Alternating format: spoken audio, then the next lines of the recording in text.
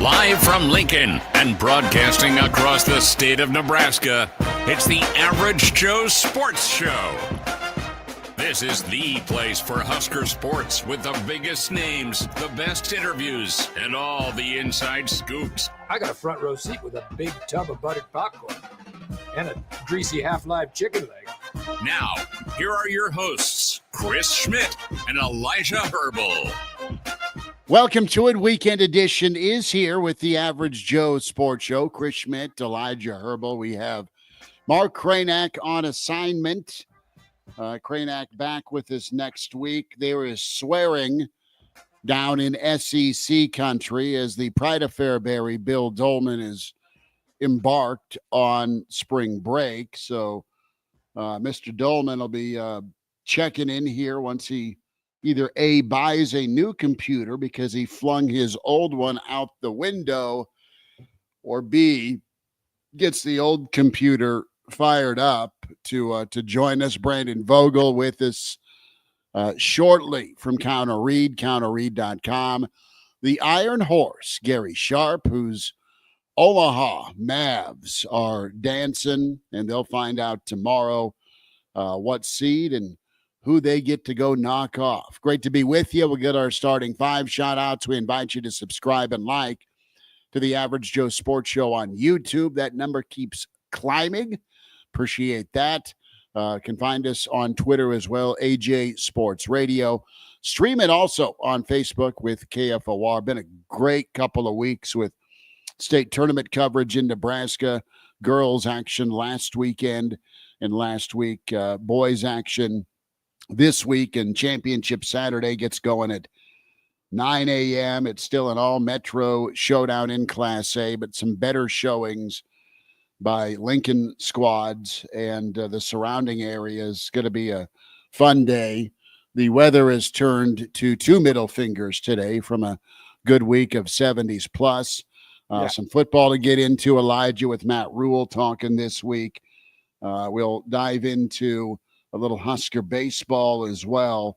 And how you doing, man? What's a good word? How was the Friday night? It was good. It was good. Corned beef sandwiches at home last night. Look at you. Those are also known as Reubens, or was there just corned beef? I did not put it on the rye bread like you should. I had Texas toast in the closet, so we used toasted Texas toast. We had the Swiss cheese, we had the sauerkraut, we had the corned beef. It was close. So you had a Texas Reuben. I guess. No Thousand Island on there either, so I think that's a big part of the Reuben. So we had those. Watched some Husker baseball last night. Thank God UCLA has good quality broadcast crews out there. That was a decent broadcast compared to a lot of what you'll see on even ESPN Plus and comparable sites. So hat tip to UCLA. I think those umpires wanted to go home in the ninth inning. That strike zone widened up on Cale Frost and a big at-bat, but Husker baseball's got two more chances at it. It was a cold night in California last night. It's a rare night in California where you can see the breath. Yeah. So it's going to be one of those today, I think, here in Lincoln. And of course, I have a tea time booked. Look at you. Bill Doleman, Pride of Fairbury with us. And you too can put your business name and logo below the Bill Doleman Twitter handle, part of the Average Joe Sports Show, the founder, creator of the Average Joe Sports Show. Billy D, you made it safe and sound down to Mississippi. Yeah, we thought we were going to be like driving in a hurricane the whole way from Kansas City down to the Gulf of America, and ended up we missed all of the weather. Although we're going to New Orleans later today, and who knows what we're driving into there. Apparently, they canceled a bunch of parades, so it's not going to be quite the New Orleans we were anticipating. So, but yeah, all safe. No problems whatsoever. It's just about 90 degrees and 90% humidity outside. Trade. It is 40 is windy, and John Facenda needs to be narrating outside my window. So, guys, we can get into a bunch of stuff. Excited for the NCAA tournament to get rocking and rolling here this week. Hold on. It's not a Christmas tree, Brent. Okay. I was going to ask that question. Is it a ficus? It's decor. Okay, decor. Yeah. We got I'm a not lot at of my house decor. anyway. So Yeah. look, if I was at my house, it might be a Christmas tree or a Bill birthday tree, but Sure. no, it's Okay. just decor. I have lots of decor in the other room that we can Yeah, we've make seen a your deal decor for you. at Christmas, but anyway. No, there's more crap. Okay, let's get our starting 5 shout outs going. I appreciate all the Joes joining. Patrick got in last night and said, "What's up?" Good for you, Patrick. Let's see if Does that count? That's another question. Does it count? I logged on right around 8:45 to just make sure the setup was going to work after we got home from dinner, and I'm going to count it. Kobe is in. The other Dave is here, says Jan early. Uncle Larry Larry is at 4:15 in the morning Central Time. Uncle Larry is the tip of the cap. He says, was a really good year for Norris. The Lord giveth and the Lord taketh away for old Norris. They win on 2 half-court heaves or 1 full-court heave on Friday. Check that Thursday. They lose Friday on a tip-in at the buzzer. Justin, good to have you, dude. Thanks much. Brian Snitley is here, part of the Boulder Peace Treaty. He says, morning, fellas. Will the Husker Bats show up on the road trip? Another bleep poor performance last night, wasting a good start by Walsh. Bullpen had its issues as you're in the 7th, tied at 2, and you just can't make a pitch, can't make a play, and what could have been. NASCAR Eric is here. Brent checks in. Good to have you, Brent. Steve is here. Appreciate you, Steve from the Big O. You've got Arlo is in. 3-putt is here. Is that a foreshadowing of Elijah's golf trip yet to come later today? It's all right to 3-putt. Black Hills Brennan in. I love it. Black Hills Brennan. Tack, good to have you, brother. And Brent lets us know that McAfee was showing the Norris clips. That's pretty good. That was the shot not only heard around Nebraska by Norris, but pretty much around a good appetizer for college and high school basketball once we get into March. Guys, we'll stick with some football here. Yeah, real quick about that Norris thing. I wasn't there. I believe you were there. Yeah. I thought Jeff Moats was a little bit of a homer on the call. Just kidding. Really? I mean, his brother's a coach at Norris. You're gonna have Norris. You're gonna have Norris and Northeast Lincoln out with blades for you. There was a couple moments down the stretch of that game where Norris didn't block out on missed free throws. They're down. Pius gets offensive rebounds, and I'm like, is Jeff going to start calling out the coaching here of Norris? I was wondering. Well, I talked to him yesterday morning, and it's like, so did you call brother Jimmy? It's like, no. It's like, what? your little brother is part of a win like that? You didn't call Jimmy and say, brother, good work. And he's like, no. All right. Well, during the state tournament, everyone's treated the same. He nailed it. I mean, that's a career moment, and Mosi nailed it. So good on him. That'll be a forever play. That'll be looped for however long there's YouTube and the internet. So I'm happy for Jeff, happy for Jimmy. I'm sorry they lost last night, but it was a great call. He nailed the call. The other thing about it though is the whole sequence of the 3-pointer from. Now, I missed the state, okay? I missed the state logo on the court. So that would have probably been – it probably would have been from McCook. Yeah. You know, Hershey. Panhandle-ish. Sandhandle, the Sand Hills Golf Course, somewhere in there, right? Alex Berta territory. Yeah. I mean, that was the whole sequence of the 3-pointer and then the turnover and then the shot. All of that transpiring. I mean, that's just an amazing moment in Nebraska basketball history, and it's not just Boseker's shot. That it's the whole sequence. And Jeff nailed it. Also, good on him. Congratulations to him. Congratulations to Norris on a really good season. Would love to see him in the final, but that's not going to happen. Nope, it's Scott and Scott's Bluff a little bit later today. In Class A, you got Papio South. Bryson Ball had a great day yesterday, 33 points. We were talking yesterday on the show.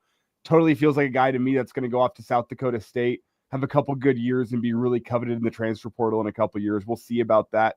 Yeah, there we go. Transfer portal call-ups. Well, it's the reality of what college basketball is right now. And Rick Pitino's talked about it, and his St. John's team is into the Big East championship against Creighton. But he's talked about it. He's like, why would I go and get these high school guys that need a year or two of development, even your 5 stars, when I can go and get guys that are ready-made both on the court and in the weight room in the transfer portal that have gone and played at a place like South Dakota State, South Dakota, North Dakota, Omaha, like all these places that guys can play, get a couple years of development, and then be ready-made in the transfer portal. It's what college basketball is today, and I think it actually leads to a better product on the floor. It's kind of the question I asked you yesterday, Bill.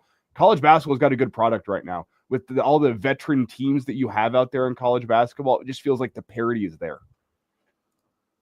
It's going to be a good tournament. I can't wait for it. We'll dive into some Husker football. And checking in is Brandon Vogel with us from Counter Read, counterread.com. Vogues, you're already all in on Maine to make a Final Four run, it looks like. You are representing this morning. I am a big fan of the University of Maine. I like the color scheme, I like the mascot. That's about all I know about it. I've been the Black Bears, correct? It's a state. It's a state. Yeah, it's a beautiful state. It's the least favorite state for Andy Dufresne. You know, I believe Jerry DiNardo got his coaching career start at the University of Maine when he graduated from Notre Dame. I think Kirk Ferentz had a stint at Maine as well. If I He remember did time correctly. in Maine as well. Yep. Vogues, a lot to get to with Husker football. We'll get some baseball thoughts as well, and some hoopage as we continue to fire up here the weekend edition of the Average Joe Sports Show. At Brandon L. Vogel on Twitter. Subscribe to Counterread, counterread.com for Vogues. And Vogues, you hit a pretty good note on the newsletter when it comes to Nebraska and, what would make, I want to revisit this for a second with Bill involved, what would make Nebraska fans happy, and how does Nebraska achieve that? And, Nebraska, what grade would you give Nebraska up to this point from portal acquisitions? How would you grade them? Hits, misses, cumulative is what? Yeah, probably a B, which I think is towards the top end of the realistic range for Nebraska, given what they lost. And those things happen for a lot of reasons. Like, it's not like I think Nebraska will be okay. But they lost so much production with the loss of guys like Butler in particular, when you look at what that would add for them up front. So it's hard for me to be like, well, they came out ahead just because those losses were so heavy. But I think they've done a good job and have added some really intriguing prospects in terms of Dane Key is near the top of the list. Hassan McCullough is near the top of the list for me. So they've done about as well as they could, I think. Vogues, they've had to kind of reload with it. Overall, though, when you look at the live and die by the portal, if your high school recruits aren't ready, that really is your difference. And I think you and I are both right there with Dane Key being one of those guys that will be and needs to be a difference maker. But guy we had on the show, Rocco Spindler, I think you've got a championship mentality for sure that he was a part of with Notre Dame. I think if you transport that through, all right, kind of assimilating into that locker room, that position group of the offensive line, and then the rest of the guys see how you kind of carry yourself, the talent being what it is, especially on the interior with Evans as a guy that's started multiple years for Matt Rhule. He's one of the high school / recruits, non-portal guys Nebraska's gone to. And Evans, whether he's at guard or at center, right, can be a factor paired with Rocco, because that's totally a tone center. How well you can run between the tackles, how well you can run up the middle, and you've got to be in the upper echelon of being able to do that on 3rd and short, 2nd and short, or just getting 4.5, 5 yards in the fourth quarter on a first down when it comes to kind of setting that attitude in the Big Ten. Yeah, absolutely. I mean, I think, so much of college football's recent history has been offensively about the spread, to the point where now I think kind of the value play, the money ball strategy, for lack of a better term, is to be a run first team that can force teams to devote extra resources to the run game. And then the other key to that, because you still got to have the explosiveness, is a receiver, a true deep threat. And Nebraska certainly hopes that Dane Key can be that. They brought in some other guys who I think have some pretty big potential, and then of course Ja'Cory Barney coming back. But the unknown has been, I mean, Nebraska, this coaching staff showed up really wanting to run the ball in a fairly traditional way, and it hasn't had undeniable success. Like, it's had its moments, so that kind of becomes the thing. And this is just kind of college football today. Can you stitch together an O-line with some transfers? And I think, to your point, and to go back to the Rocco Spindler interview that you guys did, like, he strikes you as the guy who could maybe be a leader in that room, even though he's brand new, because somebody's got to bring that group together. And I like his chances more than just the average transfer, based on what I've heard.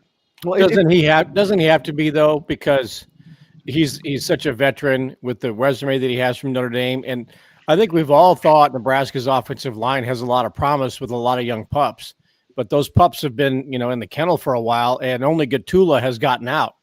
And that was because he had to when Corcoran got hurt after Prohaska got hurt. So Sledge and Knutson and a couple of the others, names are escaping me off the top of my head because Torres. I can't pronounce the ones from Hawaii. But Spindler has to be, although Jenkins does or Evans does have experience, but somebody's got to be the leader for that young group, because at some point they've got to step up. We got to quit talking about, well, Sledge, they really like him. And they really like this guy, and they really like, well, they've got to start playing. So Spindler kind of has to be the one that's going to drag a group of them into that light where there is some continuity with Nebraska's offensive line. Now, as Brandon's talking, I'm thinking, yeah, they want to be run first and kind of have a traditional run game to a certain extent, and that may be the only area in the transfer portal where they didn't touch it with running back.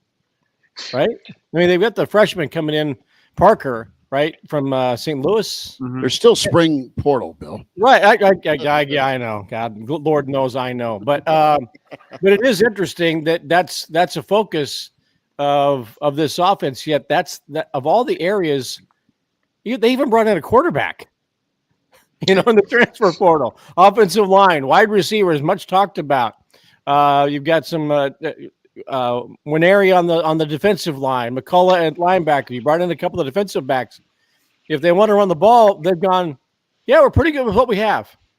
Now, maybe they tried, but it's still interesting that they're good with Emmett, Ives, Parker. Who's the guy from Connecticut that they like a lot? Nelson. Yeah, Mekhi Nelson. So, isn't that interesting that they didn't go into the portal? They didn't get anything out of the portal at running back. Yeah, very interesting. It was the one where, as we were getting down towards the end of that window, I was like, well, I guess they're not going to get somebody. And I think they did try on a couple of guys. It's going to be interesting with this spring portal. I'm not. It's going to be a time of desperation. Like, if you see a team that's going heavy in the spring portal in terms of bringing guys in, I'm it's going to be a little bit of a red flag. And I don't think Nebraska's going to have to do that. You'll see what's available, but that's still one where running back would probably be at the top of my list. We'll see what happens with spring football itself, and that could certainly change it. But right now, it would be one where I was like, if you could add somebody in that running back room, because you need depth there, and there's not a lot. They don't have much that's proven there. I like Emmett Johnson, like some of those younger guys too, but there's just not a lot to point to and be like, well, this is why we stayed out of the portal there. Brandon, could you argue, and I kind of want to get into the why here, but I'm looking at across football, and what's old has become new again with running the damn ball. The Eagles this year in the NFL, they could run the ball. I mean, Baltimore had a great year. I know they didn't make it all the way, but they could run the ball. Ohio State this year, what kind of turned them back into a national championship team was they had two fantastic running backs and an offensive line that they trusted to run the ball behind. Michigan the year before, I mean, other teams in the playoff this year that made deep runs. Penn State could run the ball. Notre Dame could run the ball. It feels like we're just returning back to a point where having a consistent rushing attack, I should say, that you can rely upon game in, game out is what wins you football games in modern football. I'm not just talking college, I'm talking NFL, college, even high school. It feels like we're returning back to some of the olden days of the 80s and the 90s where teams are running the hell out of the football again.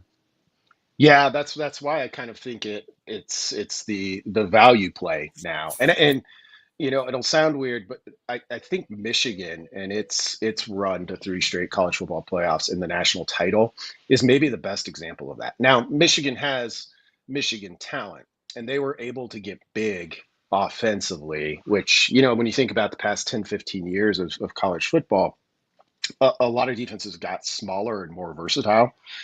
We can think back to the famed Bo Pelini Peso defense, which essentially is what most teams run now. Like, if you've got that kind of one of a kind player who can be an in the box defender, but is also your nickelback and able to cover, like, that's what everybody's looking for now. So if you can get big and challenge people with the run game, there's yards to be had there. And the thing with Michigan, over that stretch, they never really had kind of that singular wide receiver. Had some really good tight ends, but that's where the Michigan talent piece of it comes in. I think they were so talented up front and elsewhere, and then obviously defensively they were pretty lights out, that they could get by without having Ohio State type wide receivers.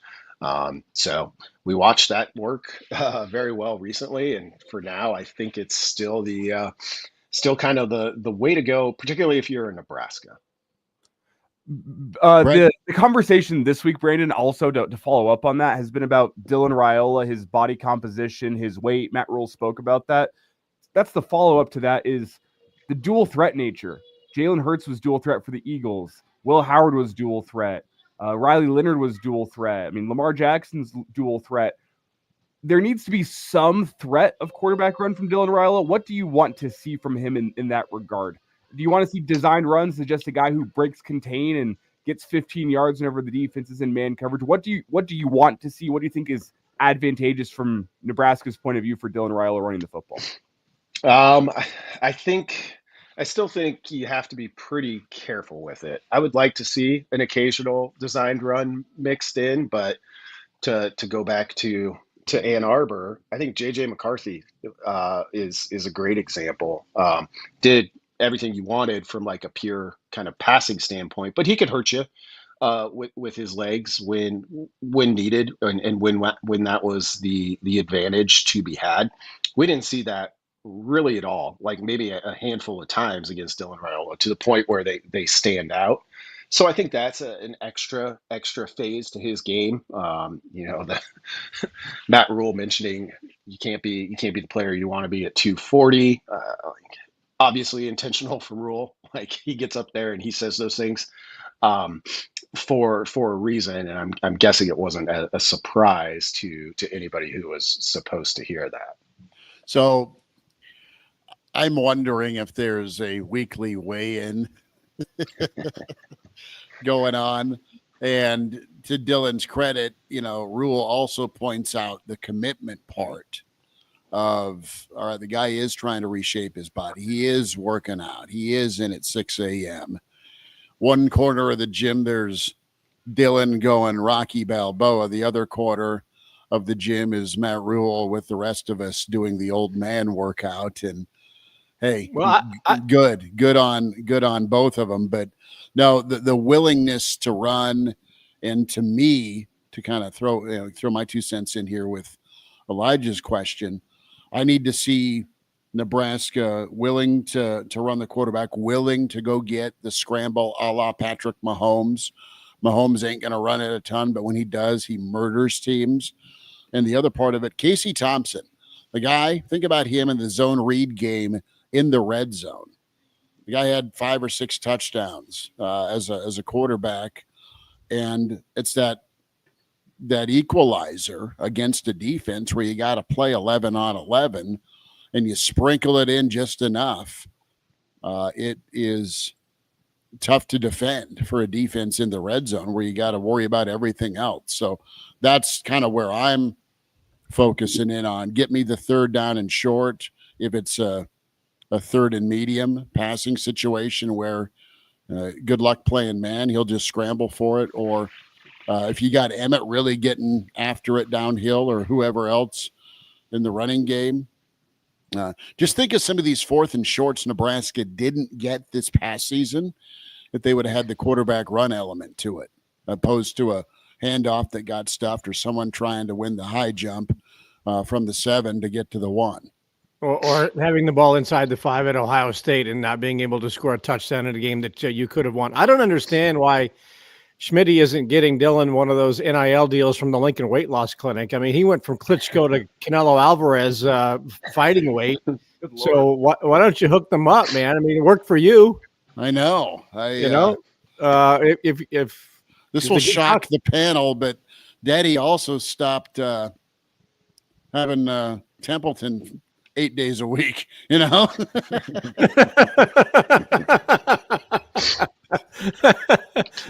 I mean, this is like an NIL deal in the making every time Matt Rhule steps to the microphone, because he talks about Dylan Raiola and leaves the media to speculate. What did he mean by 240?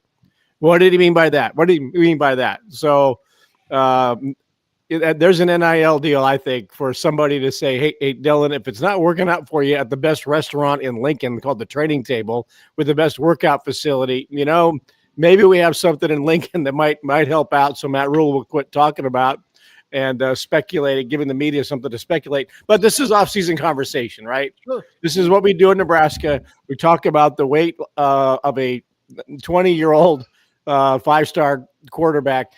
Here's what I think for Raiola. Gain 20 yards a game. Don't lose 20 yards a game on the ground. Don't be in a situation where either you're not prepared to elude the rush because you're not in the kind of shape Agile. You need to be, right?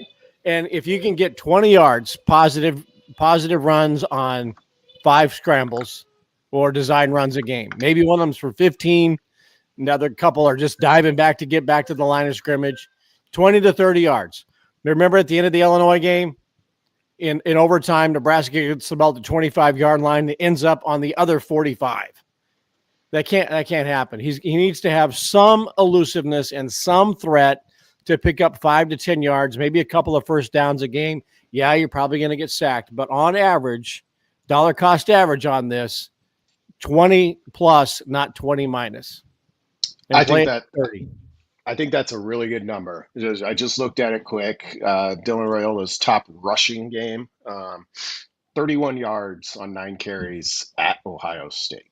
And one of those carries was like 50 yards, wasn't it? Yep. It was a 60-yard run, wasn't it? I mean, it ended up minus 65 on the year.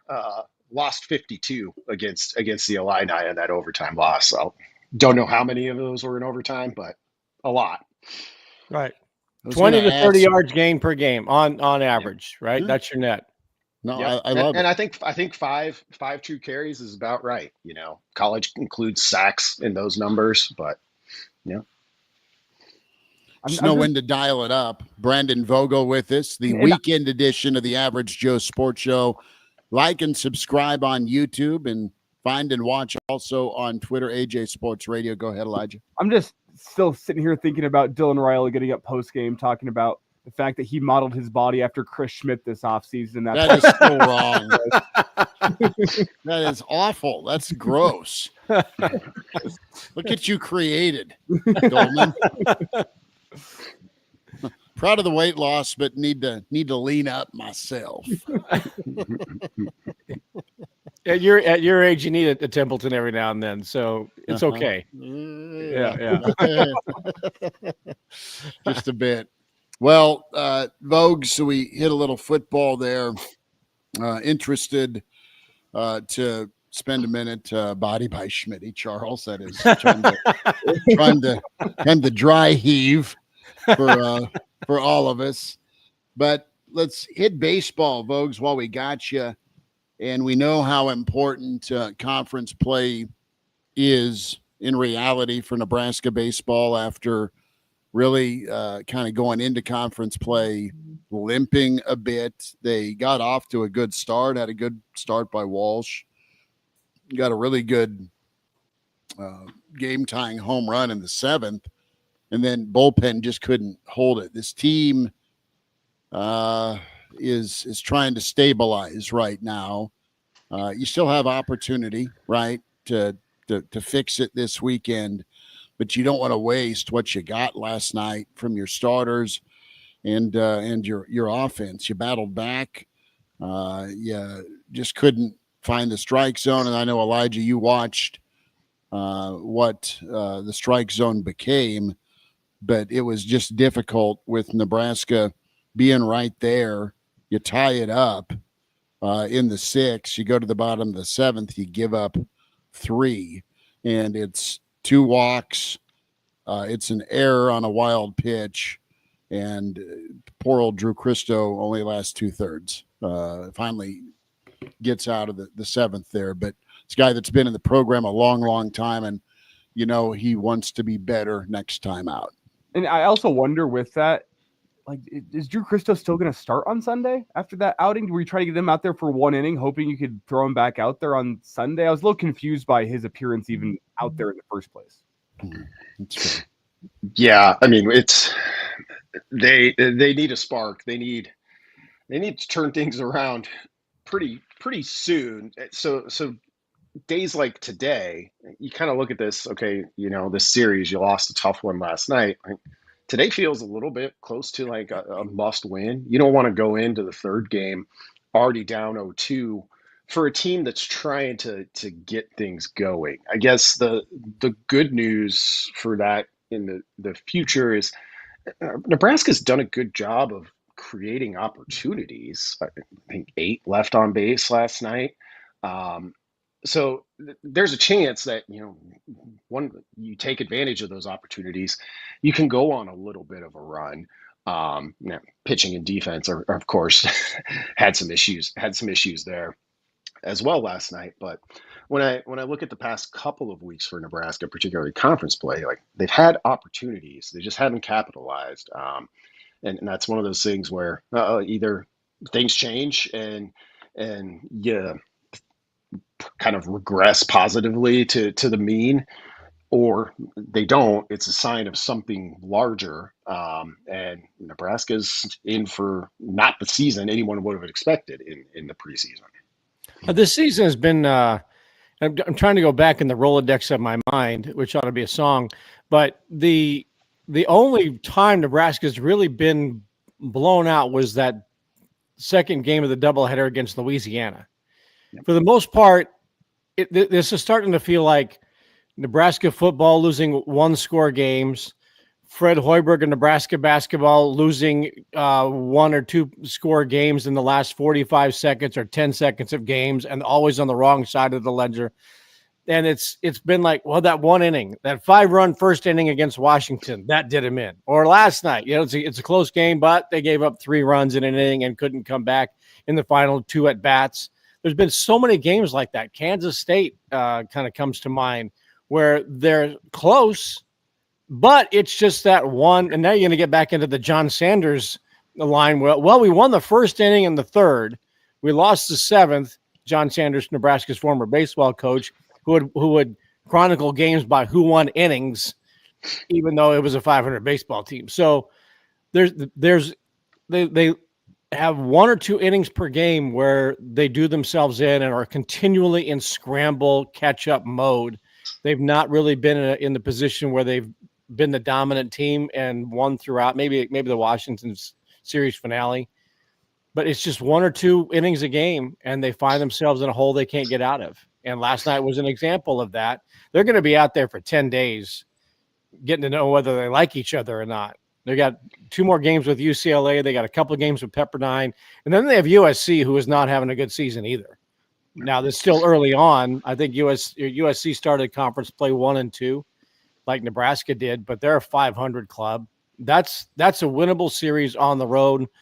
And look, I'm already kind of foregone conclusion on UCLA right now. You got to go at least 2-1 there if you can, or 1 and 2 there if you can. Don't get swept. If you start this road trip losing all 3, yikes.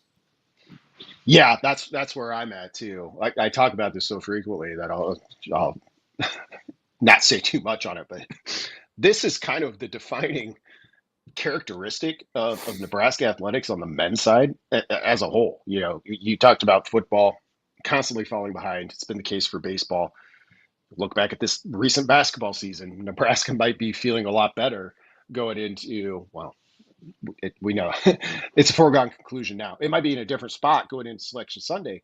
If it just didn't fall behind in some of those games early, you have to expend so much energy to climb out of the hole. And when you look at it over multiple years, over multiple teams for Nebraska, there's a lot of that. It's just you fall behind, you work really hard, and a lot of times get back into it. But what have you lost for the fourth quarter, the last 3 innings, whatever it may be? Mm-hmm. That is the absolute 1,000% truth. How much juice do you squeeze to get back to even? And it's across too many sports not named volleyball or softball. Right. I mean, it is what it is, man. We'll see if there's a bit of a sea change here moving forward, starting with football this fall. Vogues, what's on the docket for you, man? What's the weekend look like?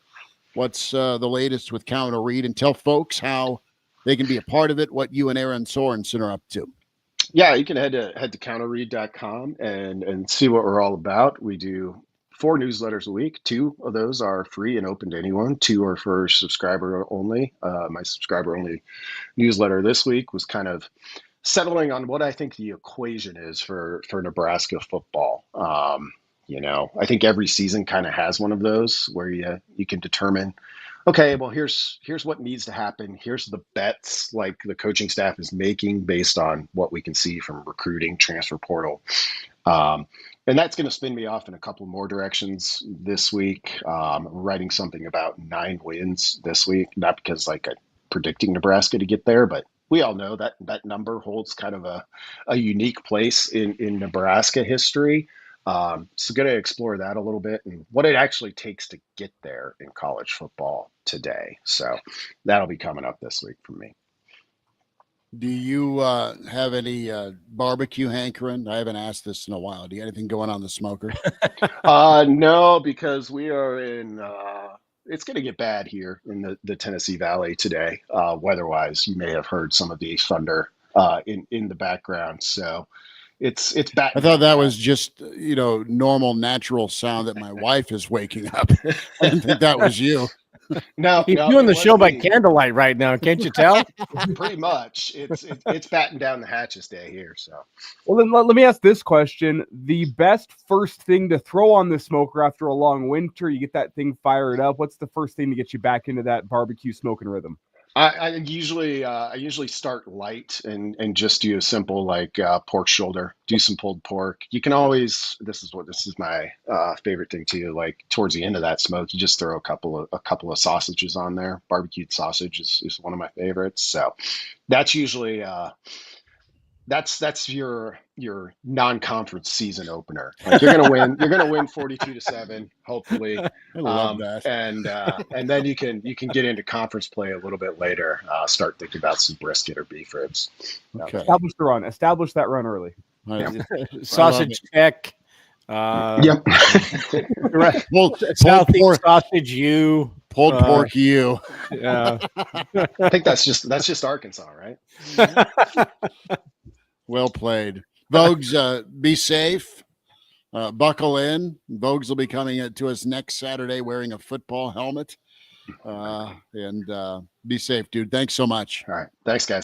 There he is. Vogues with us here. Brandon Vogel, counterread.com. And we needed to redeem ourselves after last week where he was just sitting in the box in the bottom right. I think, I want to go back to my kids. I need to get out of here. And he was just sitting down there in the bottom right. We redeemed ourselves, got him out whenever we said we'd get him out. Yeah, no kidding, right? We may pop in with the Iron Horse, Gary Sharp, voice of Omaha basketball. Of course, the Mavs going to be dancing tomorrow. Where they go, I don't know, but that's going to be exciting for them. I don't think they care. No, I don't think they care either. I would like to see them against Sparty in Wichita. Yeah. I think that'd be fun with the Fiddler Bowl. I've also seen some people that want to get Creighton on like a 7-10 line. And if Omaha gets up to a 2 seed, then you can set up a Creighton versus Omaha matchup in the second round, which could be interesting. But did you guys watching college basketball last night? I saw enough highlights that I got a kick out of the end of the Creighton game. Yeah. Wow. The North Carolina comeback falling just short because of the stupidest lane violation I've ever seen was also a good one. We've had failure to adhere to free throw rules. You've had failure to adhere to free throw makes in this year's round of boys state basketball. It's been horrendous from the free throw line. A guy that's good from the line and from three, Gary Sharp, joins us. The Iron Horse. How we doing, dude? Good. We're doing well. Yes, the basketball has been good. Mm-hmm. And the end of game scenarios have been bonkers in college and high school basketball around here.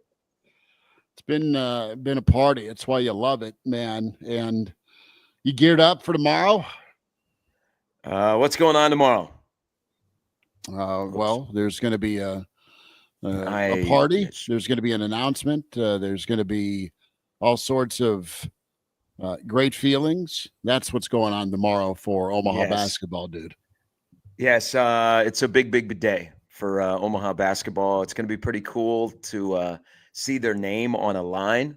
But it's been kind of, like I've watched more of Robert Morris, St. Francis, those types of games, just trying to figure out who's going to be bumped off the 14 line or the 15 line and where Omaha's going to be. I saw that Lenardi has Omaha as a 15 playing St. John's, who would be a 2 in Providence. I don't know that would necessarily be the best matchup for Omaha. I was hoping for Cleveland as a 15 against a 2-seeded Michigan State and a former Mav playing for the Spartans. I think you might be the only person that wants to go to Cleveland this time of year. Hey, now, your options are Cleveland or Wichita, Elijah. That's like. Give me Cleveland. I love cousin Jake who lives in Wichita, but give me Cleveland. Hey, Cleveland's come a long way. They've revitalized the downtown. I mean, Cleveland rocks. But at this point, I don't want to be like, okay, you know what? We don't want to go to Raleigh. It's the first time they've ever been in the NCAA tournament. So I'm sure tomorrow when the CBS camera is showing Omaha that if like Wichita pops up, they're gonna be like, "Oh darn, let's go to the CBI in Daytona Beach instead." Said no one ever. Sharpie, we'll get some more hoops thoughts in a moment. Kind of reaction from you. Haven't had a chance to huddle up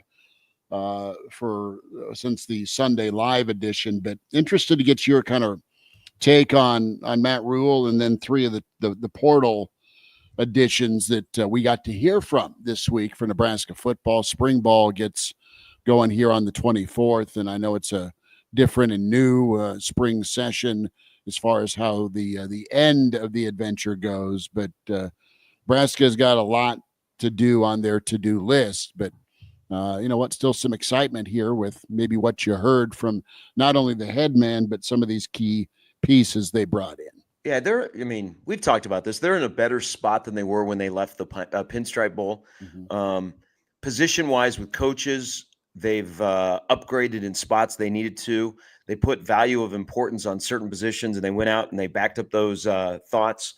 And the three guys that spoke, I thought it was, it's also an opportunity for three guys that have not talked before so people get to know them. But I think it was kind of calculated to have three guys that just basically got here to give their impressions of what's happened during winter conditioning. So, I think we're all, we're excited that there's football and there will be football to talk about in the spring. But I think we're also smart enough to know not to make any sweeping generalizations. But they're definitely in a better spot. I think there are times where Rhule tries to speak things into fruition. Maybe in this case, he really wants to talk through the media and the fans to let these guys know that, yes, they are good. And they're better. Again, I think the program is better equipped from top to bottom with their alignment, and we won't know until they start playing games, but there's enough to be excited about. I'm glad that they keep bringing up speed. Because I think Nebraska has to get faster. I've never really thought that Nebraska's toughness is lacking in 2 years, but their speed has been an issue. So they bring that up. But they also are kind of business. I mean, we all know, coming up when you're in your third year running the program, and it's essentially your program now. It's not, oh, man, there's PTSD from the past. You have physically gotten this program in a good spot. Next year will all come down to me mentally. Mentally, when you get squeezed, how do you perform? Or mentally, when you're playing well, can you continue to play well? So it was a nice little drop in the midweek to get a little football. And I'm excited to see guys on the field. Some of the younger guys will get an opportunity because of all the injuries that will take guys out of spring. Let me throw this out there on the table for the panel. Who is speaking for college football right now more than Matt Rhule? And I know that there are other voices, but who's been the go-to? And maybe it's because I asked this because we are immediate to where he is. And when he speaks for 20 to 40 minutes. But nationally, now that Nick Saban is in the role that he's in, kind of as the grand spokesman, but not as a specific coach, who's speaking more for the game right now than him? And what the direction and what his program is doing? He's been kind of the willing voice, to be honest with you, to go out there and say, here's why for we're doing X, Y, and Z. He's always been really forthcoming about the explanation, either to his players or the fan base or to McAfee or to, pick somebody on a national stage. He's really good at it he likes it. But no, he has been someone that's kind of been willing to be a throwback in a Nebraska fullback sense. You might get 4 carries, but guess what? You're paving the way between the tackles. So that's kind of how I see him. And he's, been around it long enough to not care about the reaction. And he's taken a lot of arrows. And then, you know what? Things got settled down and you had some closure. The door was shut on the Tennessee thing this week. Not that it was lingering for us, but it was, a sore subject for a little bit. But what he gave you in that answer was something you really may not want to hear, but you couldn't argue with. And it was putting the program first. And to me, he kind of lives the old saying of there's no such thing as bad publicity. There's just publicity, and it's all about how you handle it. I think he kind of lives that and saying, hey, if Nebraska's on the national media talking points list, hey, it's all about how you handle it. It's only a good thing for Nebraska if you're raising the stature back of Nebraska back up to what it was. And there were moments under previous administrations where Nebraska was on national news for the wrong reasons. And I think Matt Rhule is willing to go out there and say, I'm going to say how it is.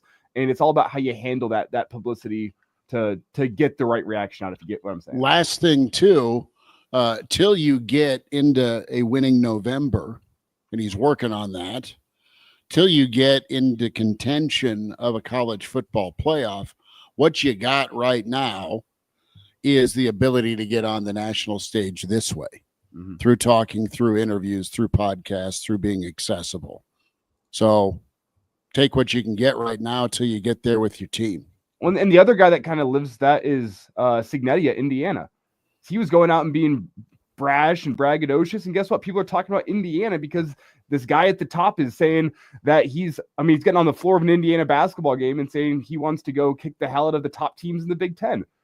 In his introductory meeting with the fans, like someday they'll be on his schedule. I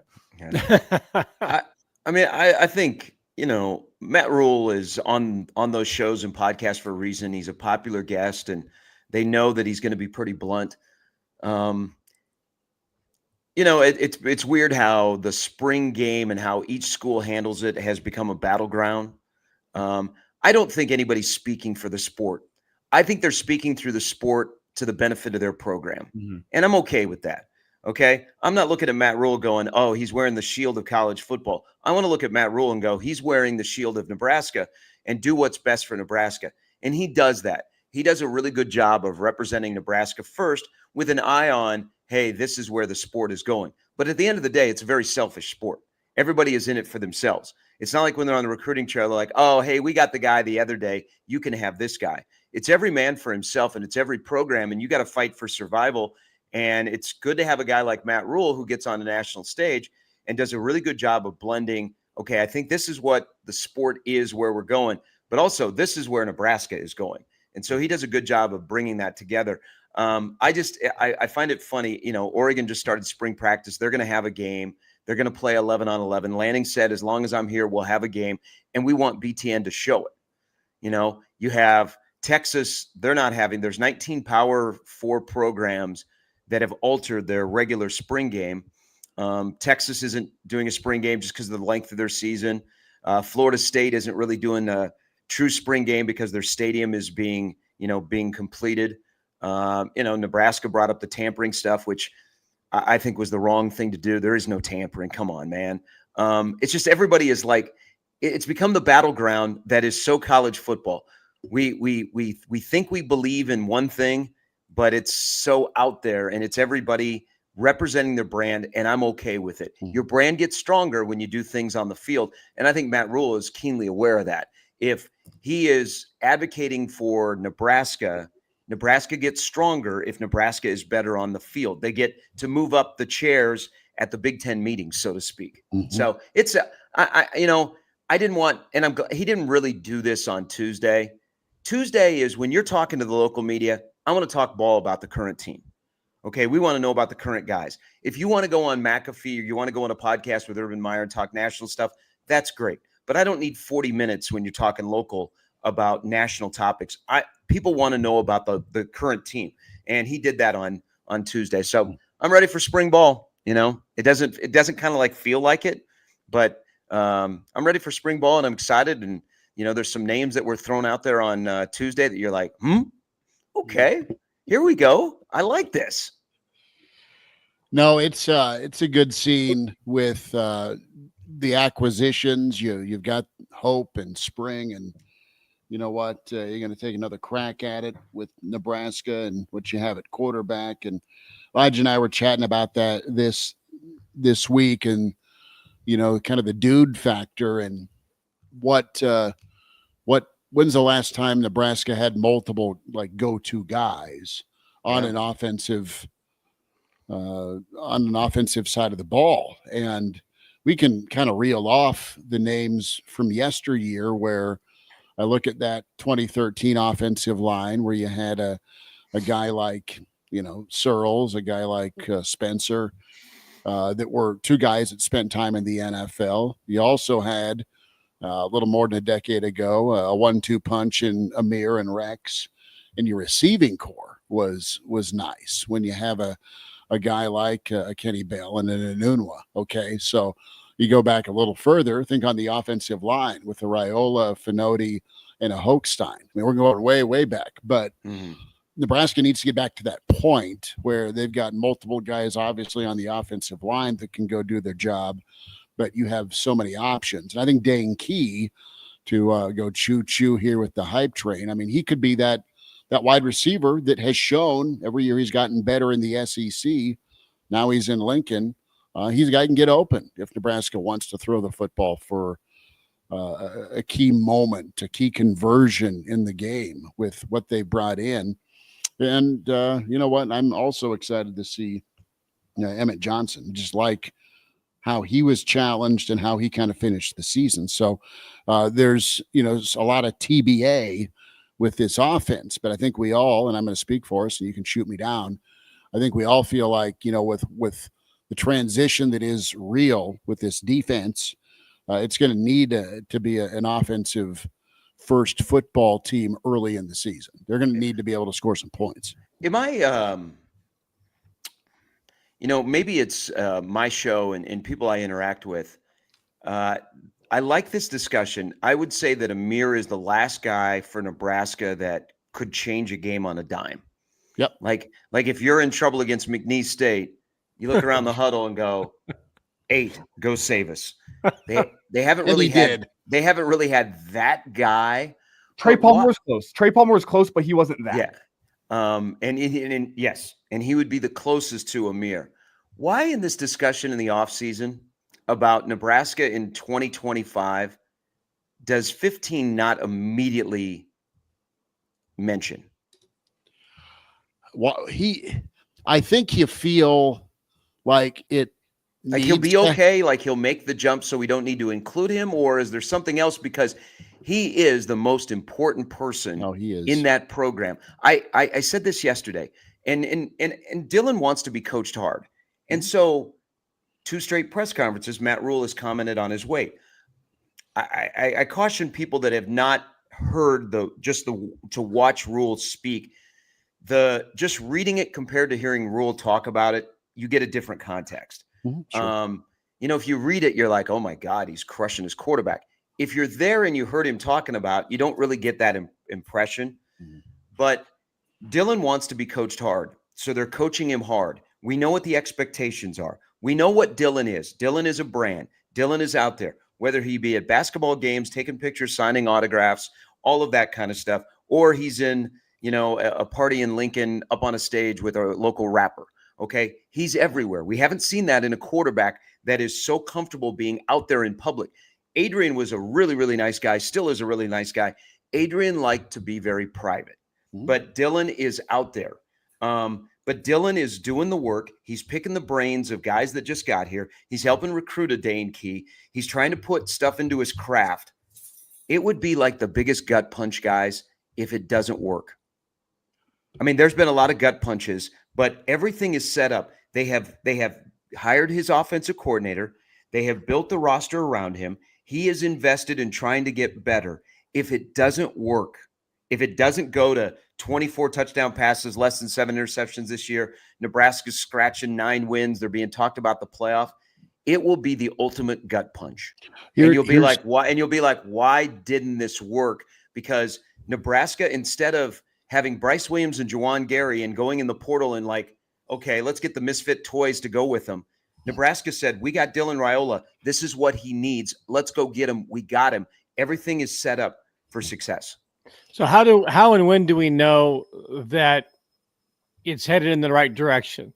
Cincinnati is the opener at Kansas City.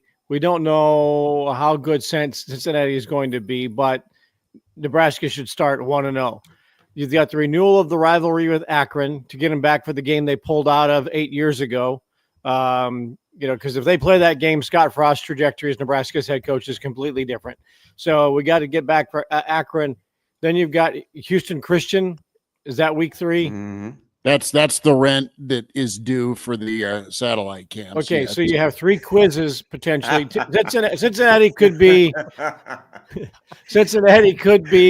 okay. An early test. All eyes will be on. Cameras will be there. But it's Michigan week 4. It is, dude. Right? And if for God forbid you don't get it done against Michigan in week 4, because it's gonna be a tough ball game, then it's Michigan State on the road. But then you have another redeemable opportunity, not at the same scale as a Michigan brand or impact, but you haven't beaten Minnesota in God knows how long up there. That's the next, they're all big games, but that's the next big game is up in Minneapolis. But to determine what Gary is saying, we have to really wait until week 4. No, I'm going to say opening night at Arrowhead, Bill. Yeah. If what's the deep ball look like? What's the touch on the pass look like? What's the decision making like? Where is the ball going? Are they going to let Dylan cook, or are they going to say, you know what? Since we're still trying to find out our depth at running back, we're going to use the short passing game as an extension of the run game. I think we'll know right away of how his OC feels about his quarterback, what positions they put him in. And then there is the part that it just can't be Holgerson and Rhule and Key and Gilmore and, other wide receivers. It has to be Dylan has to take the next step, of just being a college quarterback that came in with a lot of hype, who ran into an OC that was not a good fit. But Dylan personally has to get better at the quarterbacking. So I think, I think the first test is Michigan, where he's on the stage. But I think we'll know right away just on how comfortable they are in putting him in situations. And I hope they are, because if they're not, I'm wondering, gosh, why we need this to pop. Nebraska needs 15 to pop. I mean, that's the only way they're going to get to where they're going, is he pops, because he could have a slog of a season, and Nebraska probably could eke out 7, but Nebraska doesn't want 7. You would feel as like, oh boy, what are we doing? That'd be like last year. I could argue, you look at the college football season, and Matt Rhule's talked about the unimportance of the non-conference slate. Like, I could see Nebraska going out and having a convincing performance against Cincinnati and not hitting their win total for the season just because of how difficult the Big Ten is. I look at that Michigan game as the game that is like, that's the game. I was going to say Bryce Underwood versus Dylan Ryle under the lights, but more than likely it'll probably be a big noon kickoff, which is disappointing, but that's the way it goes. Just don't make sure it's not on a Friday night, please. That's the game, though, that you look at where, like, the college football world, I think, will be looking in at Nebraska and saying, all right, is this the year for Nebraska? Is this the year where you get national respect for Nebraska? That will be determined to me against Michigan. And I think Husker fans will have a good sense of how the season could go following that Cincinnati game, but the wheels could still fall off. It could not be what you think it is, because, as Bill said, you have no idea how good Cincinnati is going to be this year. You have no idea the gulf between the Big Ten, the SEC, and the rest of college football, with the 12-team college football playoff and how crazy the portal was this year. But don't you guys think this year will be less about who Nebraska's playing and more about Nebraska? It's absolutely going to be about Nebraska. And the other thing, you've always got to have a contingency. And there's always the right amount of weight you got to lift. And what I mean by that is he needs to make plays on third down with his feet, with his arm. He needs to go back to Colorado, Dylan, is how I'll put it, right? Getting the deep ball or making the throw against a Michigan for sure. But there's the right balance of not going Adrian on him, where you put it all on one guy to do everything. Nebraska's, I think, done a good job of going out and trying to surround him with help, with a Rocco get, right, with a Pritchett get, with the receiving core they have, with the running game, with the coordinator, all of that. He's got to be able to lead it and be the guy that pulls the trigger on all of it for sure. It's got to be his offense, but it can't all be on him. I mean, he can't be a one-man band, and I don't think they're going to ask him to do that. They should make him do that. So I think right now their approach is the right balance where, man, he can be cooking from the get-go, but he's got a lot of really good ingredients. And I know a lot of this conversation has been focused on the offense. Offense is sexy. Offense puts butts in seats. But you could argue there's plenty of questions with the defense. Schmidt and I had this conversation off the air earlier in the week, where you hear from McCullough earlier at the Tuesday press conference, and he's playing the jack position. That got my wheels spinning of, well, if they're putting him up on the line of scrimmage, that hasn't been his position in college. He's been more of an off-ball rover type. Put him at the jack position. That kind of got my wheels turning on what's this defense going to look like here in 2025. We got maybe a little taste of it in the bowl game against Boston College, but I'm not convinced with the personnel that you have in place this year that the defense you see in 2025 looks all that much like the bowl game defense that you saw up in New York City, maybe in terms of aggressiveness and in terms of what they would like stylistically. But I think with different pieces in place, there's plenty of questions of what the defense looks like too. Yeah, I think the they'll still transition. be. I think they'll still be I think the Butler Snow defense will Rhule will be attacking. I will say this about McCullough. Boy, his eyes lit up when he was talking about playing closer to the line of scrimmage, because we look at him and go, "Ooh, that size, Big Ten," and he didn't even bat an eye. I mean, they will be fast. I worry about the defensive line, the interior guys. Mhm. I think there was a reason why Matt Rhule spoke about his love of Ty Robinson. There's a body that looks like a Ty Robinson and Riley Van Poppel, but man, Ty was here for 6 years. He learned a lot of tricks, and he was really, really good at his craft. And we may not know the full extent until we get into the season of how disruptive Ty and Nash together were with some guys. Because, man, that is not the interior of the line of scrimmage in the Big Ten is not an area for a young person. I mean, you have to have some girth. You have to have some old to you, because things happen in there that you'll never tell your grandkids about. You just can't. I mean, it's an oath. So The I think dark place that Mark Banker talked about. yes. Where Chad May talked about. Uh-huh. That's where I was going. I think they're going to be faster on the outside. I still think they're going to try and go and get the quarterback, and then they feel really good about their DBs, that you're not going to have busts. You're not going to have 50-50 balls are going to be more on Nebraska's side. But I like where you're going, Elijah. I think it'll be a fascinating defense. I don't think just because of the newness we'll get many nuggets out of spring of what it looks like, more of like the personnel that are playing. So that's an advantage that I think Nebraska can ride until they kick off against Cincinnati. But I love the speed. Guys, they are faster. They're bigger. I mean, when McCullough says that Nwarni Williams, thank you, it's early, could be 270, 6'5", 270, we've been searching for the next Levante David. We've been searching for the next Randy Gregory. And Gregory was, 6'6", 260 until he started to lose weight. And we know how ferocious he was. Man, Nwaneri on the outside at that size, if he can match his athleticism with his skill set and learning how to get to the quarterback around tackles, damn, there's some excitement there. And not to be too high on somebody that's early in their career, but did Shavers not have a little Levante David to him in the bowl game? Mm-hmm. With the way he flew love around, watching that guy play. I mean, he attacked. He didn't blink, and that's what you want when you go down to Florida to go get a linebacker. And the thing I'll say about Levante is there were so many times where he played where you'd look up and they'd say the defensive star of the game with 14 tackles, Levante David. You'd say 14 tackles. How do you get those? He was always key at the right time. And you know what the difference? The difference might be this. So Levante was an incredible player, but remember, Levante was swimming in it for the first part of his career.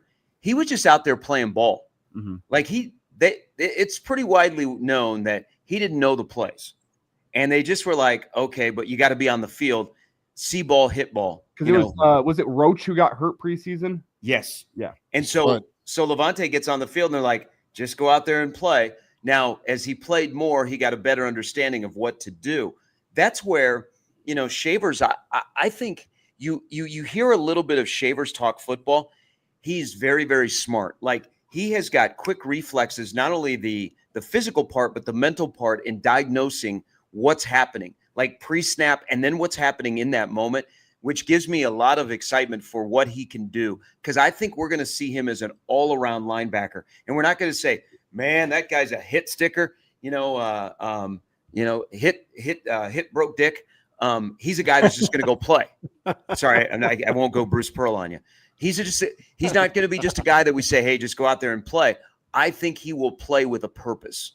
And that's why I'm excited about him. I also think, guys, there's going to be – I think the football IQ in the program is better on the field, where pre-snap guys will be able to quick blinkers. We always say, hey, we heard that phrase from a quarterback when Verduzco was here. I think on defense, especially on the back end, there are more quick blinkers that can diagnose stuff pre-snap and in the moment, that you won't have as many busts or miscommunications that we saw that hurt Nebraska, i.e. in the Ohio State game last year. I want to go old school real quick. When I heard 270 for Winery, my mind went back to Broderick Thomas, and that is going back in time, but into a completely different era when players weren't on every single week of every game. But if you had a chance to watch Broderick Thomas play, the defensive end position at Nebraska, I'm not sure what he tipped the scales at, but it had to have been. He was a rush end, Bill. 265, 270 out of Houston, played forever in Detroit.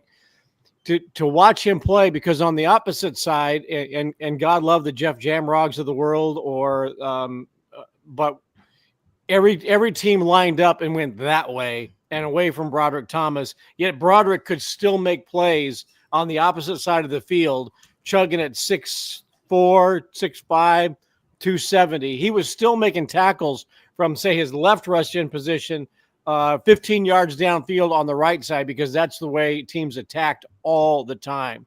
He was a total disruptor, and if he'd played in today's game, he'd been, one of the most talked about players in college football. But that was back at a time when it wasn't, teams weren't on every week. But Broderick at that weight and that athletic ability.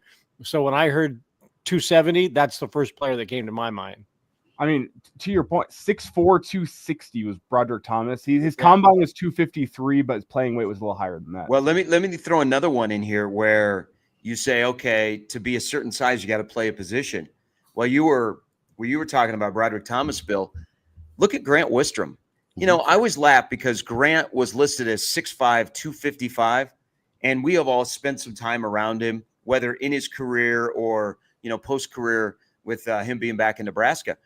There's no way that Grant Wistrom was 255. I always thought like Grant Wistrom, first of all, he had no body weight. No. He had, not body weight, but he had no body fat, excuse me. It is really.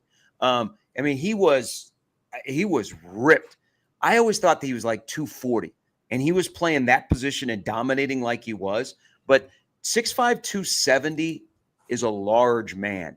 But it looks like Winery's body can handle that. But if he can put on that right size and still have his speed, man, that is a scary athlete on the outside. If he can get on the field and stay on the field and do work. It is a rare combo, right? When we talk about Winery, kind of the Randy Gregory vision that comes to your mind, playing that fluidly, how the change of direction, the ability to bend, the athleticism is my comp for Winery is a guy that was equally good against the run and pass just from a body type standpoint. Remember Thibodeau that's with the Giants back at Oregon? That's what I kind of see him as, where he is a 3-down guy, where he'll set the edge, he'll stop the run, but he is going to beat the hell out of your tackles on 3rd and 1 Mississippi. I mean, that's what you have the opportunity with if you're Nebraska. But this is a league. This is a league that the tackles in this league are good. Are NFL guys. Yeah. If you don't have at least one potential NFL tackle on your roster, you're not in the upper tier of the Big Ten. You're in trouble. Does Nebraska have that? Well, you went and got a guy that started at Bama. I mean, I think out of high school and the potential, you look at a guy like Pritchett and say, yeah, he's a Sunday guy, just from a physical gifts standpoint. I mean, he has the tools for it. Great question, Elijah. Let's revisit this in the middle of the season. Yeah. Let's talk after Michigan on a Sunday live. But it's a good question because to get to where Nebraska wants to go, the tackle position needs to be solidified, and there needs to be NFL guys coming out of that tackle position. Mm-hmm. And I would rather see NFL guys that are developed than portal guys. But at this point, Nebraska needs offensive linemen drafted. So I'll take wherever they were birthed out of, where they were birthed out of the portal or birthed out of the Husker womb. And I will say, I think Gatula will be a Sunday guy at some point, but can he be playing like a Sunday guy in 2025, especially missing spring ball, missing a lot of the offseason? That's big for development. I think he'd be there eventually. I was impressed with what I saw, but can he be that in 2025? I don't know. What about Turner? What about Teddy? And I know they're both limited to out to limited for this spring, but they've been here for 48 springs. So I think they're anything good. you get out of those two moving forward in their career is just a bonus. So I I think you're hurting yourself if you want to pencil them in, because you'd hate to take the other side of that pencil and erase it. Right. So anything I think this year you get out of them is a big bonus, because there's injuries and you it's tough to bank on guys and, thinking, man, will they ever get back to where they were, the best they were at Nebraska? That's fair. But you know what? In hindsight, all of the injuries, as Rhule is just going after guy after guy after guy the other day. This might be one of the best things that's happened to the offensive line at Nebraska in the offseason. Because there's going to be some guys that are going to get more reps than they've ever gotten, that it's at the point in their career where they're either in their second year or third year where they need reps, not practice reps to get ready for a game that they're not going to play in, but in the spring where, because of lack of bodies, they're the guy. And so they're out there every single day working with the other ones, where the majority of their snaps in spring are with the ones, not with the threes and the fours. So it could turn into a positive to build that depth where Nebraska can go into 2025, assuming everyone is healthy to start the season, and you feel comfortable enough that you are your first five and your next five. I mean, there's always, hey, give us your top 8, Donnie. And he struggles maybe to get to that 8th guy. Wouldn't it be nice to go, hey, Donnie, give us your top 10, and he can rattle off 10 guys. And Nebraska has a 2 deep with a limited roster and limited numbers compared to the past offensive line, where you're like, yep, we like those 10. They're ready to go. We've seen them in action. We would not be hesitant to call on them, either due to an injury or lack of performance. And the guy that I really have circled there, I think you might be talking about him potentially, Grant Bricks. Yeah. Grant Bricks, huge spring upcoming for him. Yeah. I also have Sledge and Majacek circled as well. I think both of those guys are healthy. Correct me if I'm wrong. Yes. There's so many guys Rhule, but those 2 guys I have circled, but it's number 1, Grant Bricks. Well, and I mean, Nebraska won a pretty important recruiting battle to get him. What kind of work's being done to get him ready? He's put the work in, the O-line's putting the work in. Can you come to fruition, right? And play some good minutes. Well, and I think also decide where he's gonna play, where he's more comfortable at playing. Well, he came to Nebraska as a tackle. They dabbled a little bit at guard. Is he a guy that you could, cross train, or is he a guy because of his size that you have taught how to pass pro that we're rolling with him as a tackle? Well, and I think you saw he had some limited reps last year early in the season. He fires off the ball. He looks like he's got all the pieces to be a really good run blocker now. It all comes down to pass protection. So I think it's you can let him sit and develop on the outside, but if you need to press him into service, you move him into that guard spot where you're not out in space as much. You don't need to have as much refinement, as much seasoning as a pass protector. You nailed that, because you don't want a guy that's kind of a work in progress from a pass pro standpoint out there in a big spot that's getting picked on. So yeah, we'll see. Sharpie, what else rocking here as we wind it down? Big one for Husker baseball today, dude. Yeah. Late game fell apart a little bit. Offense still is a mystery. 11 strikeouts. UCLA is a really good team. So you're in the mode of winning series. Like this next week before they come back home, 2 more with UCLA and then 2 with Pepperdine and 3 with the USC is pretty big. You don't want to be knocked out of the race for, a couple of good seeds in the Big Ten this early in the year.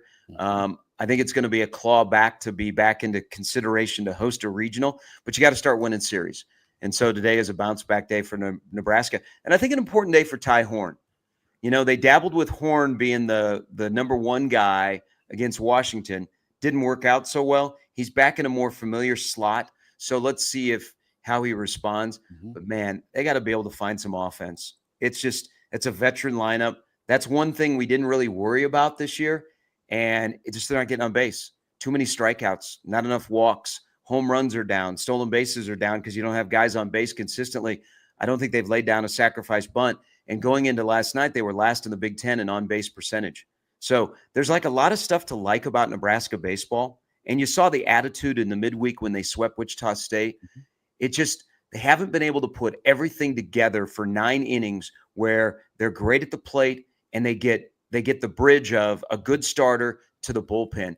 But it's got to start now, guys. I mean, I know it's March 15th and the Big Ten Network has never heard of Big Ten baseball this time of the year, but you can't just keep, dragging your feet. You got to start to pick up some momentum and stack wins, but most importantly, got to win a series.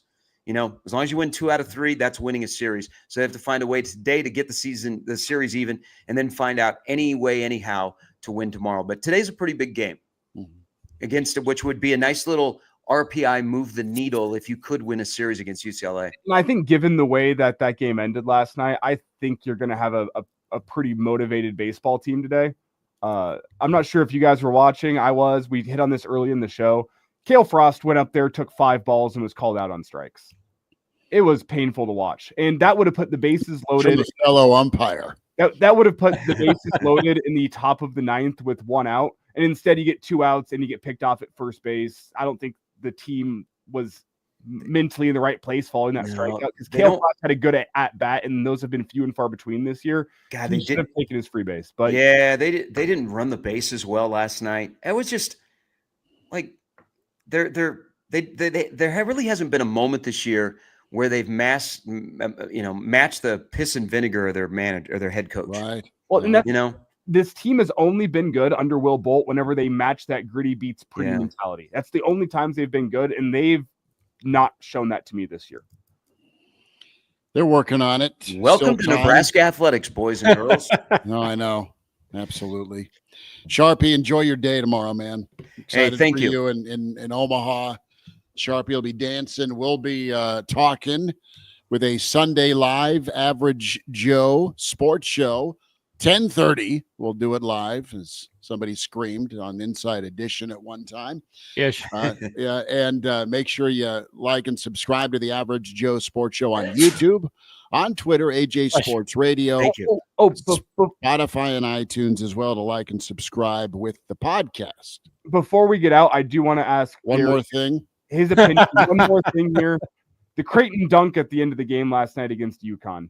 It's making waves just because Dan Hurley. I know people that listen to this show don't want us to talk about Creighton. I get it. But there's the Dan Hurley factor. There's the Dan Hurley factor. Did you see Mac give the old point at Bill Murray's kid? Whoa, yeah. Gary, no, that was good. Gary, you pulled an Elijah. My nose has been bleeding crazy. I know. If you need to go take care of that, you can. I know. Yeah. Yeah. Got a fight already. No, I think it's because of the it's not 80 in my house. And the dust in the air plus like allergies. It's been bad for me. I've been getting a nosebleed a day for about 2 weeks now. Yeah, that was kind of interesting. If you look at the video, Fedor Zugovic looked like he was coming off the bench for Creighton. He wanted to throw hands. But Mac, so Bill Murray's son works for Hurley. They meet at half court, and Mac does one of these towards him. But it's going to be a challenge for Creighton tonight, man. Playing St. John's on championship Saturday night at the MSG, and the way that St. John's is playing. And Creighton has played 2 pretty intense games. Mm-hmm. Well, St. John's has gotten to the 10-minute mark left in the game, and they've shut the water off. Mm-hmm. It's going to be a challenge for Creighton tonight, but you never know. You never know. But, yeah, that was kind of interesting last night. They got some history between Creighton and UConn. But here's the thing that Mac has always said. Away from the floor, and I don't know if you guys saw the 60 Minutes on Hurley last week. Hurley is a completely different person. Yeah, he has an off switch. But when he is on the floor, he is a madman. And they have said this, like the Creighton staff will be like, who in the hell is this guy? Because they see him like at events and away from basketball, and he's like the nicest guy in the world, and he's normal. But out there, it's like, ugh. Yeah, he goes a little North Jersey when he's on the floor. He's red. Is anybody now, Gary? You're closer to the situation than any of us, but the headlines came out, I believe, out of the Indiana Star yesterday that the lead the lead get for Indiana basketball is Greg McDermott? Yeah, he has He's the betting he's odds. the betting favorite. It'd be scary for the Big Ten because Oh, big of time. his style, the money. There's probably a lot of things in play, but when you have a coach who draws a lot of attention, this is like 3 straight years that Mac's name has come up. The Notre Dame job last year, never thought that was real. The Ohio State thing, there was an interview before they hired Holtman. I think the Indiana thing is real, but we don't know what Mac wants. Mac's getting up there in age. Kalkbrenner is gone after this year. There'll be a transition to a fairly new roster at Creighton, but you look at Indiana, think about Indiana, like they aren't going for let's hire guys that have won the press conference. And Mac's name is being mentioned. Ben McCollum, I think, has the second best odds, who's the coach at Drake. But Mac, of course, has a longer track record of success than McCollum has with his 1 year at Drake. They hired a guy that's a winner in football, and look what happened. Instead of trying to win a press conference in basketball, their number one sport, they may be hiring just somebody that's a winner, that knows how to coach. That's a transition at Indiana. Well, who's their AD there? Because the guy's 1-for-1 with Signetti. Can he reel in Mac? What you laid out is super fascinating. With, at this point, you've been incredible at Creighton, and it's not that he's not had to reset before, okay? But if there's a time to bounce, maybe it is now. And I thought Indiana wants to be great again in basketball. I thought we'd be talking about Greg McDermott potentially retiring after this season and not have his name bandied about as a favorite for one of the premier jobs in basketball history. And maybe not right now, but if they were to pull that off, that would be probably about as good a hire as Indiana could make for its marquee program. And yeah, I agree. That would be transformational for the Big Ten. Mm. And my guess is he would probably get north of 8. I think Bill Self is like at 8.5. Calipari is the highest paid coach, about 9, something like that. I think you would see Greg McDermott in that 8, 9, maybe even 10 category if Indiana has the money in the pockets to pull it off. And if they can get in that kind of territory, why not, take that chance for your last job and try to return Indiana basketball to where it was. We look at the SEC, and the SEC has had a hell of a year, but the SEC with our good friend Garth Glissman running basketball, it's been years in the making, because SEC schools with all of this football money have invested in men's basketball. And so look at the hires in the SEC. They don't care if they bring any baggage, they just win. We've got 3 jobs open in this conference: Minnesota, Indiana, Iowa. They're not all created equal. Indiana, as you were alluding to, Bill, can pay that kind of money. I think Iowa wants to make an investment with a new coach in basketball. What will Minnesota do? Because there's so many other factors at Minnesota. But the Big Ten is in a little bit of a transition. Izzo probably isn't going to do another 10 years. So if the Big Ten wants to get to the point of, hey, they're not only back-to-back national champions in football, but look what they're doing in basketball. It's starting this time of the year with hires of guys that are winners. The Big Ten for the longest time has been they've tiptoed through the tulips because we don't want to hire guys that have baggage, even though they're winners. We got to hire the smart, right guy that's going to be, smile, and he's going to walk old ladies across the street. The SEC says, yeah, we'll walk across the street. I don't know if we're going to help the old lady. We might give her a little elbow as we go by. We might that person wins. We might take her purse. Yeah, see what she has to offer the NIL, and then maybe we'll walk her across the street, right? So, like the Iowa job, I think Darren DeVries is the favorite there. His brother played there. He's from Iowa. He's a damn good coach. Oh, by the way, he would bring his son with him for one more year, and Tucker, who is out after an injury. Does that? I mean, we if DeVries was coaching at Iowa, we definitely would look at Iowa differently. Mm-hmm. I think probably puts a little bit of pressure on how important the next year will be for Fred Hoiberg in not having a portal miscalculation, but building that roster and having success. Well, and it might also help you if the right hires are made and Big Ten basketball continues to move along. Is you could be 12th in the league and you're going to get into the tournament. Well, that's what the SEC has right now, 12 or 13, with Texas knocking on the door. The Minnesota gig is pretty fascinating. They've won there before. They've had to get creative to win there before. Now you can be creative and win. Guy who won at a low level in Minnesota was Craig Smith. And I know you've talked about him maybe making a stop, Bill, at New Mexico if that job opens up. But I kick tires on Craig Smith. If I'm Minnesota, you've got the connection. You've been in that region of the country. You've been in the Big Ten.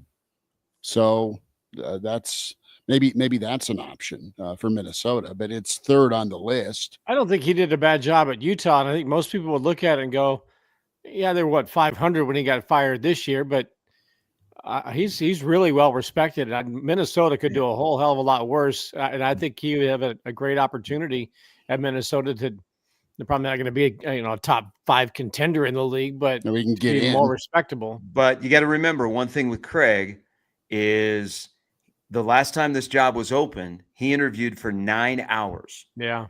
He thought he was going to get the job. The person he interviewed with is still the athletic director. Well, and the guy he interviewed with clearly made the wrong hire. Well, and Mark Coyle at Minnesota, I mean, they got a lot of things going on at Minnesota, guys. They have to make a decision. Their NIL is the lowest in the Big Ten. Their NIL this past year was $1.2 million. And Craig's saying not again. And 500,000 of that went to Dawson Garcia. Now, I believe just like with the NIL, if you're a booster and you believe in the head coach, you'll dig deeper in your pocket. Okay? If you don't believe in the coach, you're not giving any to that program until they make a change. But at Minnesota, they've got a lot of different challenges. And, they got to make sure that football stays in the middle of the pack. So they're going to get 70% of the $20.5 million. The Williams Arena is outdated. The Nebraska job is better than the Minnesota job, Easily. in my opinion. I'd agree. And then there's probably a lot of people that wouldn't have said that 5 years ago. So I think it's important on who's making the hire, on their perception of them, because Richard Pitino got, he left. He goes to New Mexico and has more success than he's had at Minnesota. Ben Johnson probably shouldn't have been hired for that job. He was hired because he was an alum, and they okay, we got to keep the local guys home. Ben wasn't prepared for everything that went into where that program was. And he's out after 4 years because you remember too many of the bad losses compared to the really good wins. So there's going to be names, and Nico Medved of Colorado State is going to be a top guy. But it's not necessarily a slam dunk because of the situation in Minnesota, from the finances to the guy that's the athletic director that's going to make the hire, and the building that you play in. And also, you got a long way to go to revitalize that fan base. I mean, look at Iowa. And I don't think there's a lot of people that are going, man, Fran got screwed. They scanned on average this year at Iowa basketball games 5,000 tickets. They had on average at least 4,000 no-shows for every single game in Iowa City. They scanned throughout the entire year, non-conference Big Ten, an average of 5,000 tickets. That's the definition of stale. And that's what it was. Well, you remember, this is where, bring Nebraska into the discussion, guys. Nebraska's unique. It probably would have been easy in most places. Sunday, PBA is not full. PBA, even though it's senior day, you're like, oh, okay, I'll go. I'll support the seniors. I really love Bryce and Jawan. You would maybe had 11,000. Mm-hmm. The place was packed. Nebraska's different. But you remember at the tail end of the Miles tenure, less people were going to PBA, and that spoke volumes. The guy who would be perfect for Minnesota is the guy you just mentioned, and that's Tim Miles. He wanted that job when he was at Colorado State. I remember we talked about jobs and talked about Nebraska, but he would be perfect there. But for whatever reason, San Jose State, he wanted to get back in the game, and he jumps in there. And unless you can go, 22-10 every year at San Jose State, nobody's going to pay attention to you. but he would be ideal for Minnesota because, like he did at Nebraska, he would be in with the fans. People, He's a showman. He's a showman, exactly. He's a good coach. He's a pretty good recruiter too. But so was Craig. Going to San Jose State was a questionable career move at that time. He wanted to get back in, and he took it. New Mexico, he would have been great there too, and Richard Pitino got that job. But I feel bad that a job that Tim Miles wanted is one that he's not going to get considered for because he'd be perfect there. It's just not going to happen. I liked him. He just doesn't have even at Colorado State, Nebraska, San Jose State, he doesn't have enough good years. He has a flash year, and then he's not able to continue to add to that. He's a great ambassador, and he's a great person. He just doesn't have enough good years where you could say, hey, let's give him a good job. And I wish it would have worked out at San Jose State, but man, he took over one of the worst programs in college basketball because, as you said, Bill, he wanted to stay in it. He interviewed shortly after he got fired at Nebraska, interviewed for the Cal job. He just has not been able to turn it around and get that 1 year where he can bounce. Ideally in the Tim Miles world, because this is how he does programs, you tear the program down to the bare bottom. And then when you have a really good year, you bounce to the next big job. He actually probably was hurt at Nebraska that they had too much success too early. Yes. In his second year. Because, they went from that 19-win season. The next year, they only won 13. And, there were a lot of expectations off of the fun year of making the NCAA tournament. So, I wish he would have a couple of back-to-back really good years. Then you could say, man, he's ready to jump back into a Power 5 job. Yeah, not going to happen. Love the carousel talk. Good stuff. Well, who's going to take the West Virginia job? Because DeVries has got. If McDermott leaves to go to Indiana, he'll be the prime guy for Creighton. He'll be the prime guy at Iowa. So West Virginia is the one that's on the clock as to what they're going to do after DeVries makes his decision. Go back. Love hoops there. Go back to Huggins. he'll petition for it. Huggy Bear. Do they go Dockage 2.0? I'm kidding, of course. Well, I'll tell you what would be interesting. So, Greg McDermott's coaching tree is probably larger than anybody currently in college basketball. One of his assistants is Alan Huss, who's at High Point, who's been there for 2 years, had great success. They're in the tournament. He's a big time recruiter. When he was on Mac's staff, he would be a guy to watch. I don't know. I think between the announcement of Selection Sunday at 5:00 tomorrow to when the games get going on Thursday. No offense to play-in games, but Omaha will not be there. You're going to see a lot of wild stuff on the college basketball portal and also when it comes to coaching. No. Yep. We'll track it for sure. And then we'll find out who they're going to play in the Crown, right? Viva Las Vegas. Are we going for Jake Crown Original, Crown Vanilla, or Peach Crown, or Crown Apple? The only crown I give a damn about. Hey, for Jake Muehlheisen's sake, I hope Nebraska goes and plays in the Crown so he can go see the great of the Sphere for his sake.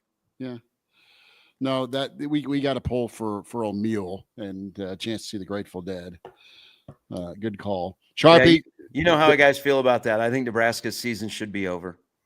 Yeah, same. I think we may all be in agreement there, but for Muehlheisen's sake. Yeah, yes. The old Doug Collins. Just let Jake go to Vegas and take Kent along with him. Yeah. What is this music, Jake? Can't just relax, enjoy, get it going. Sharpie, get your dancing shoes on, bud. Appreciate you much. Thank you guys for your support. We'll talk to you tomorrow. Go Mavs. All right, there he is. That is the Iron Horse, Gary Sharp. Sunday live, 7 days a week for you with the Average Joe Sports Show. YouTube, where you subscribe. Twitter, where you follow and watch as well. AJ Sports Radio, Spotify, iTunes. Weekend edition winding down. Yes, sir. And I don't think we ever hit this during the show. Mark Cranack on assignment today will be back next week, likely. I opened up with it. Well, there's a lot of people in the stream that, check us out live. So not sure if we ever hit it since then. So Mark Cranack is expected back. He's on assignment, and we're happy he's on assignment, and we're going to be happier when he's back. Mm-hmm. Bill, enjoy warm weather, dude, down in SEC country. Say hi Try to to- Garth and Morgan. try to avoid the tornadoes through the area, but yeah, we'll be okay. All right. Elijah, enjoy your golf, brother. Oh, I'm looking at the weather. We'll see about that. The greens will be soft, right? That's right. There might be audible time to the old cantina and pour one. We'll holler tomorrow morning. Find us with Sunday Live on the Average Joe Sports Show YouTube channel. Thanks.